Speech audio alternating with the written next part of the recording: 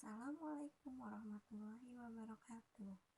Saya Rizky Lutfisari dari kelas AC1 ingin membuat video jawaban dari UAS mata kuliah Perekonomian Indonesia. Nama Rizky Lutfisari, NIM 331201300085, AC1 reguler malam. Nomor 1. Yang pertama, sejarah perekonomian Indonesia dari dulu hingga saat ini. Dalam perjalanannya, Indonesia mencatat pasang surut pertumbuhan ekonomi dari masa ke masa, dari pemerintahan 7 presiden yang pernah memimpin Indonesia, dari pimpinan Soekarno sampai Joko Widodo. Era sebelum reformasi dipimpin oleh Soekarno. Pada tahun 1945, Indonesia mengalami 3 fase perekonomian di era Presiden Soekarno. Fase pertama yaitu penataan ekonomi pasca kemerdekaan.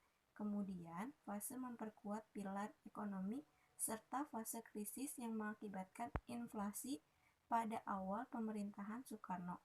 PDB per kapita Indonesia sebesar Rp5.523.863. Pada 1961, Badan Pusat Statistik mengukur pertumbuhan ekonomi sebesar 5,74%. Setahun berikutnya masih sama. Ekonomi Indonesia tumbuh 5,74%. Lalu pada tahun 1963, pertumbuhannya minus jadi 2,24%. Angka minus pertumbuhan ekonomi tersebut dipicu biaya politik yang tinggi, akibatnya anggaran pendapatan dan belanja negara atau APBN tinggi, akibatnya anggaran pendapatan dan belanja negara defisit minus 1.565,6 miliar, inflasi melambung atau hiperinflasi sampai 600% hingga tahun 1965. Meskipun begitu, pertumbuhan ekonomi Indonesia masih dapat kembali ke angka positif pada tahun 1964, yaitu sebesar 3,53%.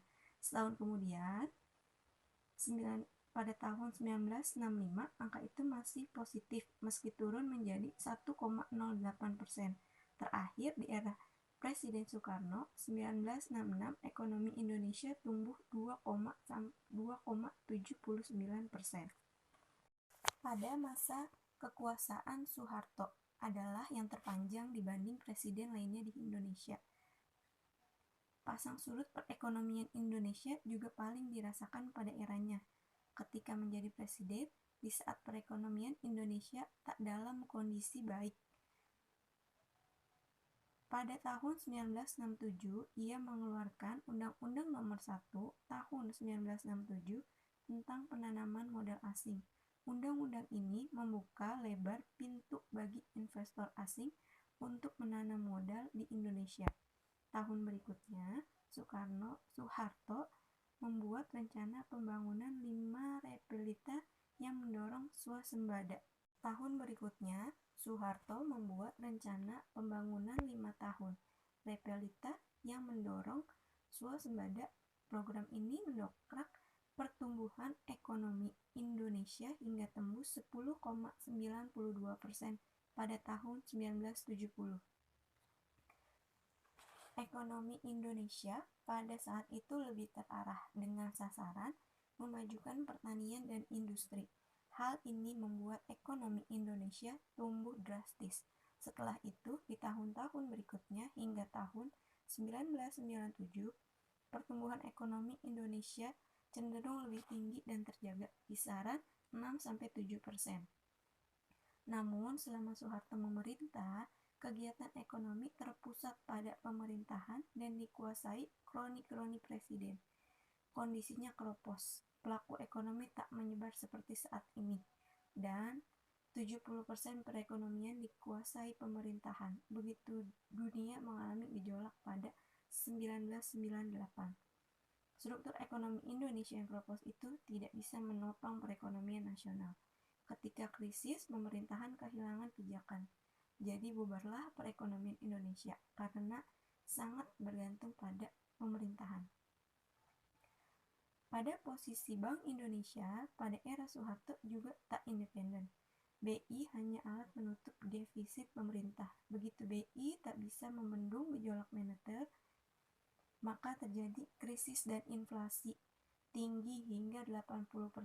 Pada tahun 1998, negara bilateral pun menarik diri untuk membantu ekonomi Indonesia, yaitu saat krisis sudah tak terhindarkan. Pertumbuhan ekonomi pun merosot menjadi minus 13,13%.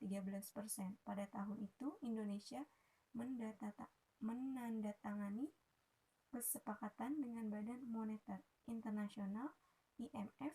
Gelontoran utang dari lembaga ini mensyaratkan sejumlah perubahan kebijakan ekonomi di segala lini. Reformasi.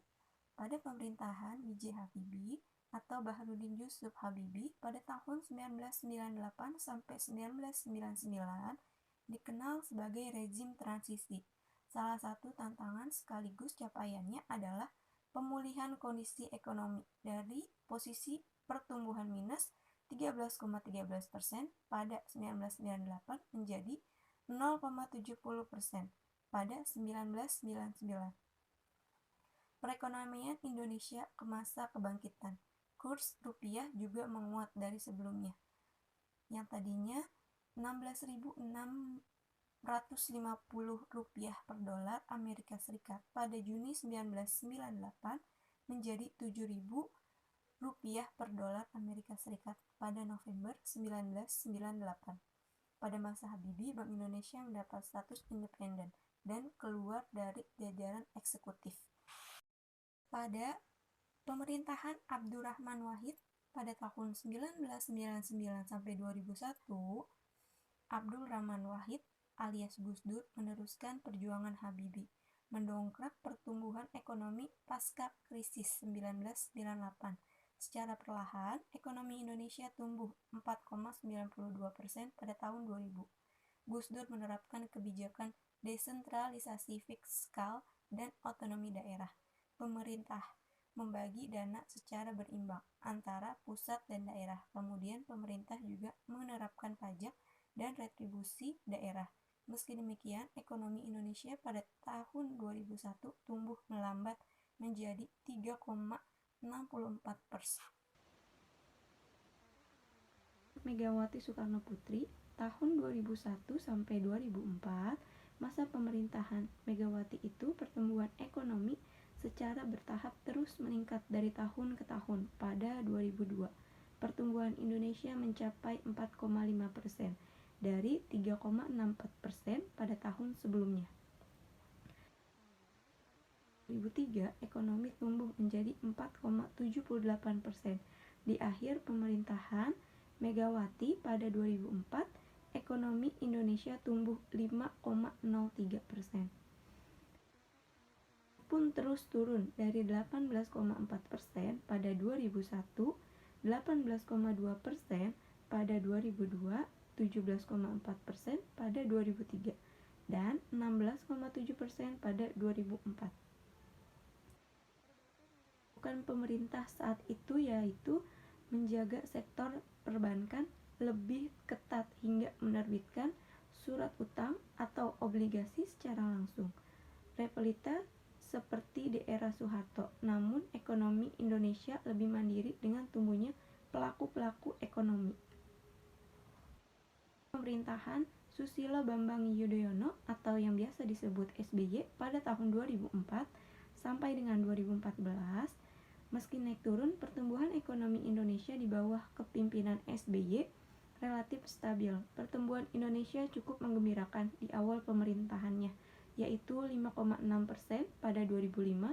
Pada 2006, pertumbuhan ekonomi Indonesia sedikit melambat menjadi 5,5%. Di tahun berikutnya, ekonomi Indonesia tumbuh di atas 6%, tepatnya 6,35%. Lalu pada tahun 2008, pertumbuhan ekonomi masih di atas 6%, meski turun tipis ke angka 6,01%. Saat itu, impor Indonesia terbilang tinggi, Namun, angka ekspor pada 2009 di akhir periode pertama sekaligus awal periode kedua kepemimpinan SBY, ekonomi Indonesia tumbuh melambat di angka 4,63%. Merupakan dampak kritis finansial global yang tak hanya serikat menaikkan suku bunga yang membuat harga komoditas global naik.